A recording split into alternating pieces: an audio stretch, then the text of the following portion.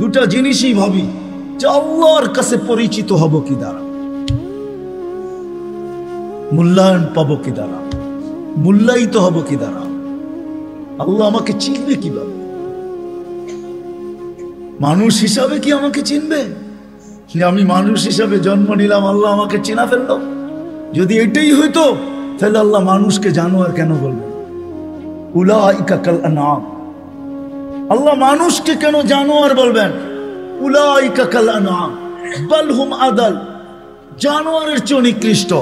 মাসালুহুম কামাসালিল কালব কেন আল্লাহ বলবেন? যে এদের দৃষ্টান্ত কুকুরের ন্যায়। যে মানুষকে কুদরতি হাত দিয়া বানাইলেন, সমগ্র সৃষ্টিকে যার অধীন করলেন, ফেরেশতা পর্যন্ত আমাদের অধীন। যদি অধীন না হইতো তাহলে ওলামা এই কথা কোত্থেকে বলে যে সূরা হাশরের মাগরিবের পরে 3 আয়াত পড়তে দেরি, 70,000 ফেরেশতা ফজর পর্যন্ত তোমার জন্য কাঁদতে দেরি করে না। সত্য তো?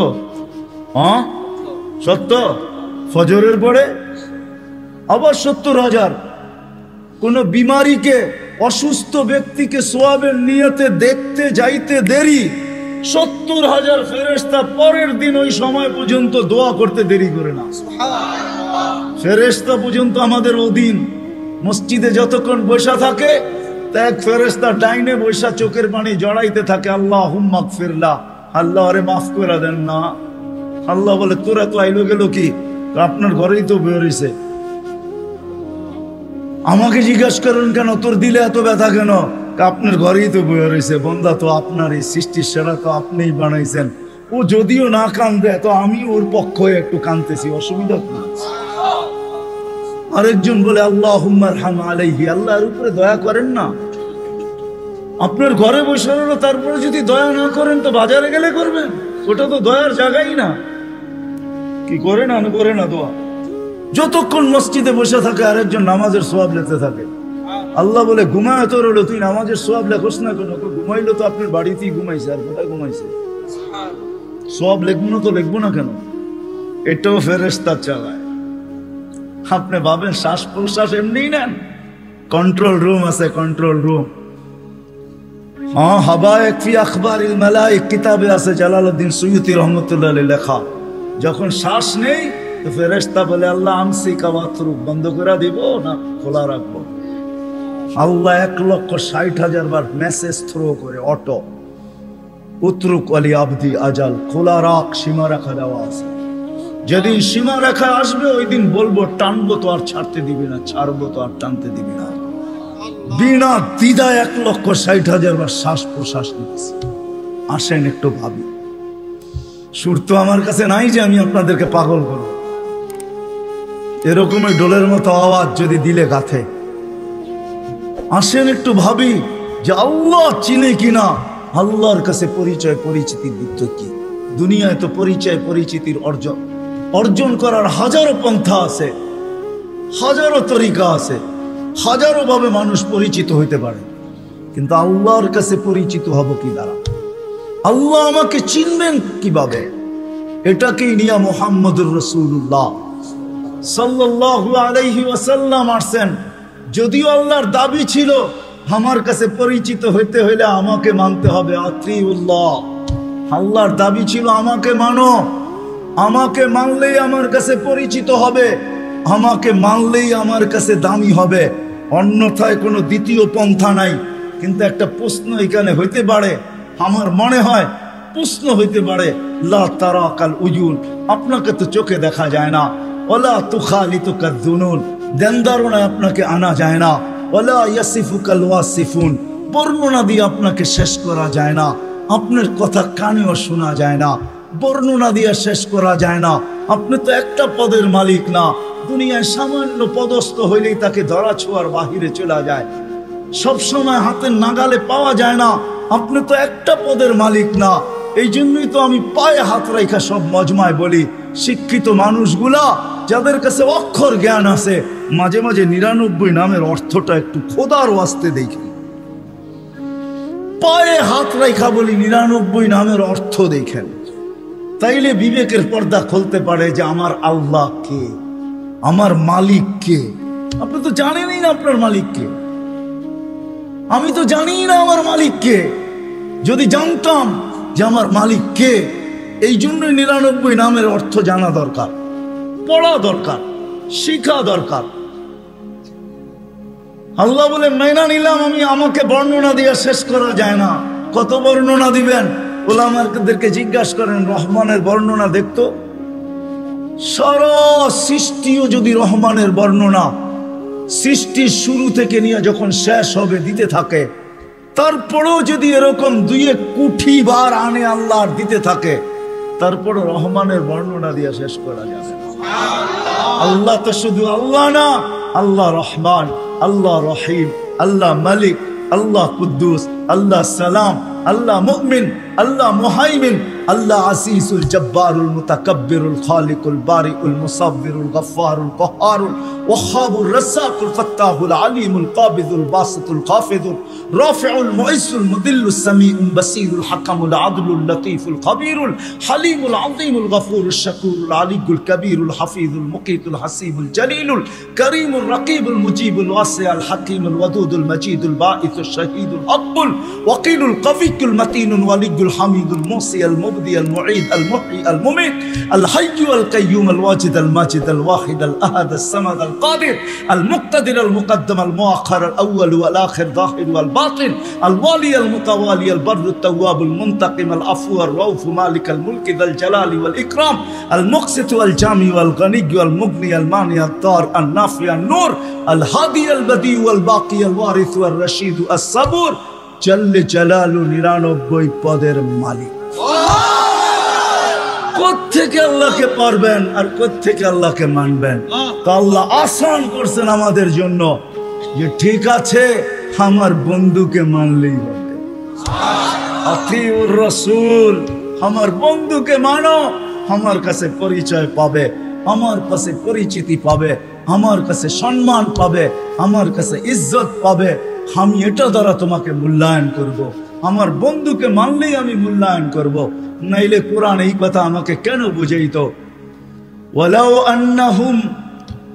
আন্নাহুম ইয যালামু আনফুসাহুম, কোরআন কেন আমাকে বুঝাইতো? নবীজি, এরা যখন গুনাহ করতে করতে করতে করতে করতে কোনো করবে, আপনার কাছে আসবে, ওয়াস্তাগফিরুল্লাহ, আর আমার কাছে মাপ চাবে, আমি ওর দিকে তাকাবো না, আমি আপনার দিকে তাকাবো। আপনি ওর পক্ষে না বিরুদ্ধে।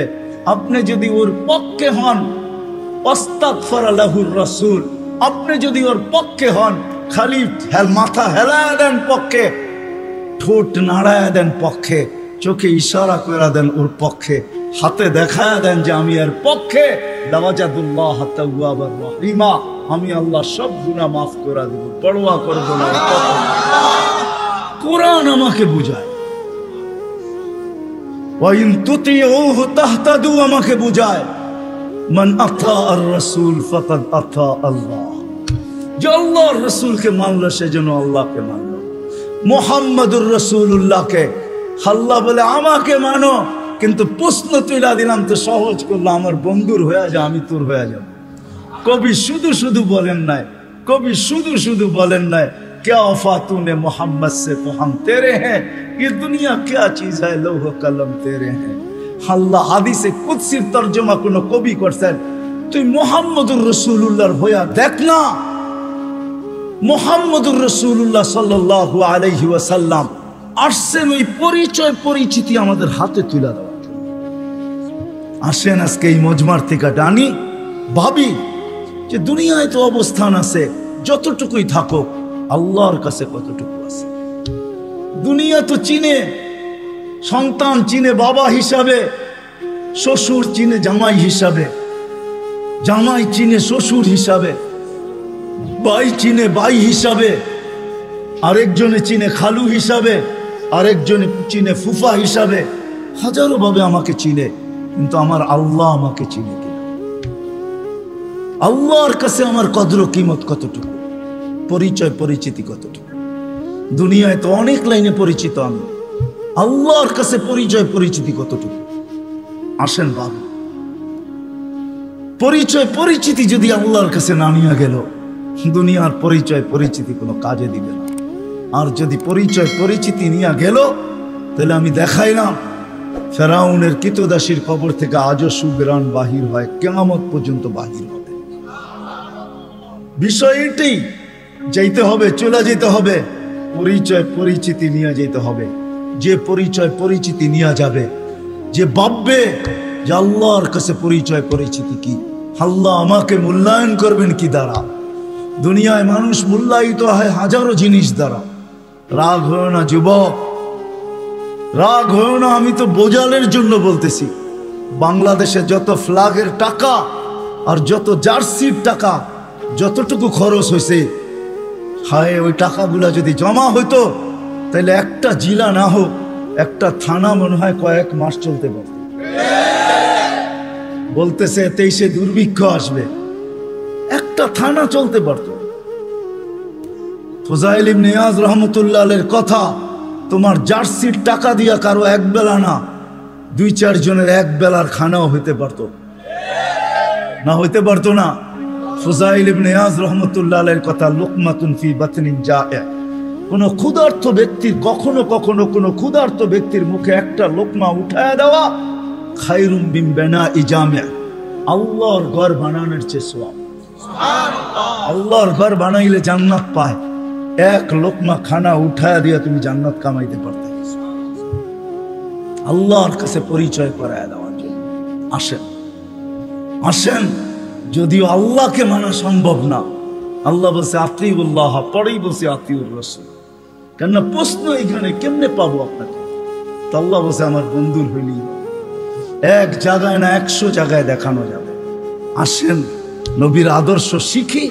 এখন আপনি যদি প্রশ্ন করেন, 2500-এর বুদ্ধিমান মানুষ যদি প্রশ্ন করে, নবীও তো নেই, উনি তো চলে গেছে, 1434 বছর হয়ে গেছে, ওনাকে পাবো কোথায়? তো দুইজনে মিলা মডেল দুনিয়া এখনো রেখা গেছে, দুইজনে মিলা রাখছেন। ওয়া আওরাসনাল কিতাবাল্লাযীনা ইসতাফাইনা মিন ইবাদিনা, ওটা বলছেন আল্লাহ, আর রাসূলুল্লাহ সাল্লাল্লাহু আলাইহি ওয়াসাল্লাম বলছেন আল উলামা ওয়ারাসাতুল আম্বিয়া। দুইজনে মিলা বলছেন কিয়ামতের সকাল পর্যন্ত রেখা গেছি মডেল। এদের কাছে সুরক্ষিত আছে, সুন্নত সুরক্ষিত আছে, আদর্শ সুরক্ষিত আছে।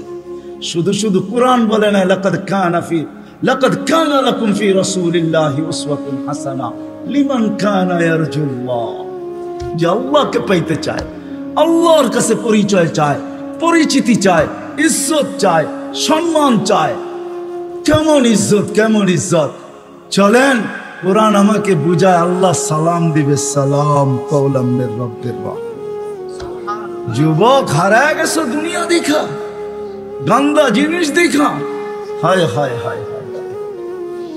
অথচ তোমার যৌবন দিছিল এই জন্য মুহাম্মদুর রাসূলুল্লাহর তরিকা দ্বারা, আদর্শ দ্বারা তুমি যুবক, ওই যুবক হবে, জমিনে চলবে, আর আল্লাহ বলবে ইন্নী উবাহিল মালাইকাতা বিশাব্বিস সালেহ। তোমাকে দেখায় আল্লাহ বলবে আমি তোমাকে নিয়ে ফেরেশতাদের উপরে গৌরব করি। তোমাকে দেখাবে আর আল্লাহ বলবে আরশের নিচে তোর জন্য গ্যালারি রাখা আছে, সুপার ডিলাক্স গ্যালারি। এই দুনিয়ার গ্যালারি, জান্নাতে সব রাখা আছে। কি চাও তুমি? ভাবছো জান্নাতে গান নাই, দুনিয়ায় শুনে নেই জান্নাতের গান? সময় নেই আমার হাতে, তোমাকে আমি জান্নাতের গান শুনাইতাম। জান্নাতেই দুনিয়ার গান। দুনিয়ার সিঙ্গার রে সিঙ্গার বলা হয় না, এটি তো ফিঙ্গার, সিঙ্গার না। সিঙ্গার তো আল্লাহ বানায় রেখা দিছেন, উপরে রাখা আছে জান্নাতে। শোনাবে, তারপরে আল্লাহ জিজ্ঞাসা করবে কেমন শুনলি? তুমি চিৎকার দিয়া বলবে লাকানাল মাউতু লা মুতনা রব্বানা। এমন আওয়াজ, মৌত থাকলে আওয়াজের ঝংকারে মেরা যেতাম। আল্লাহ বলবে এই আওয়াজও কিছু না। ও যুবক, তোমাকেই তো ওই আওয়াজ দিবে আল্লাহ জান্নাতে যাওয়ার পরে। সৌতা দাউদ, তোমার গলার আওয়াজ দাউদ আলাইহিস সালামের মতো হবে। দুনিয়ার সিঙ্গার ওই গানের আওয়াজ উঠাবে তুমি, শুধু তুমি নাচবে না, হুর নাচবে না, খাদেমরা নাচবে না, জান্নাতও ডান্স করবে। জান্নাত এখানে তো তুমি একটু কমর দুলাও, ঠিক না? এটার নাম ডান্স না। তোমরা ডান্স চিনো না, আমার ডান্স চিনাইতে হবে না, আর আমাকে সিঙ্গারও চিনাইতে হবে না। আমি বড় বড় সিঙ্গার চিনি দুনিয়াতে, বড় বড় সিঙ্গাররা আমারে চিনে। আলহামদুলিল্লাহ, তুমি আমাকে সিঙ্গার চিনাইতে হবে না। এটার নাম ডান্স না, সব জান্নাতে রাখা আছে। স্টেজ তো আল্লাহও লাগাবে এরকম মাঝে মাঝে জান্নাতে। জিজ্ঞাসা করবে গান শুনবি, তো বলবে রেজওয়ান লাগা স্টেজ। প্রথম শোনাবে ফেরেশতা, আল্লাহ বলবে এত সুন্দর, তো বলবে আল্লাহ। তারপর আল্লাহ ডাকবে তালিয়া দাউদ, দাউদ আলাইহিস সালাম আসবে, বলবে এর চেয়ে সুন্দর। তারপরে আসবে আমাদের নবীজি, আল্লাহ বলবে এর চেয়ে সুন্দর। আল্লাহ বলবে রিজওয়ান ইরফাইল হিজাব, এখন আমি শোনাব। প্রতি শুক্রবারে আল্লাহ দাওয়াত খাওয়াবে। দাওয়াত কেমন হবে? কয় আইটেম? 2-3 আইটেম হবে, ঠিক না? যখন নিজের জান্নাতেই 70,000 আইটেম খাবে, আল্লাহর ওইখানে কয় কোটি আইটেম হবে। প্রতি শুক্রবারে দাওয়াত খাওয়াবে। কোনো বাবরচি পাক করবে না, আল্লাহ কুদরত দিয়া পাক করবে। কেমন হবে ওই আইটেম? শুধু খাওয়াবে না, কাপড় পরাবে। শুধু কাপড় পরাবে না, খুশবু লাগাবে, তারপরে গিফট দিবে। গিফট এত গিফট দিবে, দুনিয়ার সমস্ত ট্রাক জমা করলে একজনের গিফট জান্নাতে নিয়ে যেতে পারবে না। ফেরেশতা নিয়ে যাবে, এত গিফট দিবে আল্লাহ। বিশ্বাস হয় না? প্রতি শুক্রবারে প্লাস্টিক সার্জারি হবে। ছবির বাজারে ঢুকবে, ছবির নিচে লেখা থাকবে পছন্দ হইলে তোমার ভিতরে স্থানান্তর হইতে পারি, মহিলা আলাদা পুরুষ আলাদা। এখন যদি প্রশ্ন করেন উনিও চেঞ্জ হলো আমিও চেঞ্জ হলাম, একজন আরেকজনের চিনব কি করে? বাইরে যায় কে কাঠটা ধরে লয়ে যাইব। এই জন্যই তো দুনিয়ায় ব্লুটুথ আর শেয়ার হিট দিয়ে আল্লাহ বুঝাইয়া দিছে, ওইখানে চেঞ্জ হবে, এখানে চলে আসবে, এখানে চেঞ্জ হবে, ওইখানে চলে যাবে। যার যারটা শেষে হাতে ধরে চলে যাবে। ওই জান্নাত রাখা আছে। সাহাবা শুধু শুধু পাগল হয় নাই। আপনি ভাবছেন শুধু শুধু পাগল হয়েছে? আবু বকর সিদ্দিক রাদিয়াল্লাহু তাআলা 13টা দোকান খোয়া দিয়েছে। চিনেন ওনার দোকান কোথায় ছিল? হজে গেছেন? হজে গেছেন? কে হজে গেছেন? মক্কা টাওয়ার গেছ দেখছেন? মক্কা টাওয়ার, 2টা দোকান, 2টা মসজিদ আছে, দুটোটার নাম আবু বকর। এইখানে 13টা দোকান ছিল, এটা ওনার প্রপার্টি। পুরো মক্কা টাওয়ার ওনার প্রপার্টি। এটার পিছনেই ওনার বাড়ি ছিল। থাকলে আমি দেখায় দিতাম কোন জায়গায় ওনার বাড়ি ছিল। খুয়ায় ফেলছেন জান্নাতের আশায়, আল্লাহর কাছে পরিচয় পরিচিতির আশায়। আসেন আসেন, মৃত্যুর আগ পর্যন্ত সুযোগ আছে। কণ্ঠনালীতে রুহ আসার আগ পর্যন্ত এই উম্মতের জন্য সুযোগ আছে। আসেন শিখি। সবচেয়ে বড় হাতিয়ার যেটা দিছেন, 1-এর ভিতরে 100 বানায়া আমাদের রসুলের জন্য, নাইলে কোনো দিন কারোর জন্য দিতেন না। আমি তো সব জায়গায় বলি, আল্লাহ কোন উম্মতকে 1.25 লক্ষ উম্মত আসছে, 312 জন রসুলের উম্মত আসছে, কাউকে আল্লাহ ডাইকা নেওয়ার দায়িত্ব নেন নাই। নামাজ দিছেন, ডাকার দায়িত্ব নাই। বলছি পড়লে পড়বা, না পড়লে না পড়বা। কিন্তু আমাদের নবীজির কারণে আল্লাহ আমাদেরকে ডাকার দায়িত্ব নিছেন। 5 ওয়াক্ত নিজে ডাকে, বন্ধুর দিলকে শান্ত করার জন্য। আমার মনে হয় বন্ধুর দিলকে শান্ত করার জন্য। কেননা মুসা আলাইহিস সালাম 5 ওয়াক্ত মানতে পারতেছিলেন না। আমি এসছি অভিজ্ঞ আপনি, আমি 2 ওয়াক্ত পড়াইতে পারি না, 5 ওয়াক্ত আপনার উম্মত পড়বে না, আবার যান কমায় নিয়ে আসেন। আল্লাহ রসুল বলছে লজ্জা লাগে, কিন্তু মনে মনে ভাবতেছিলেন অভিজ্ঞ লোকটা বলতেছে, আমার তো লজ্জা লাগে। অভিজ্ঞ লোকটা বলতেছে নামাজ মনে হয় আমার উম্মত পড়বে না। তো আল্লাহ বলছে বন্ধু চিন্তা করেন না, আমি ঘুমের থেকে উঠে নিয়ে আসবো। নাইলে ফজরে কেন আজানে বলা হয় আসসালাতু খায়রুম মিনান নাওম? চিন্তা করেন না, আমি উঠে নিয়ে আসবো। 1-এর ভিতরে 100 দিয়া দিছে। আসেন 2টা অঙ্গীকার করি আজকে যে আল্লাহ রসুলের আদর্শ একটা হইলেও আমার জীবনের সঙ্গী বানাবো।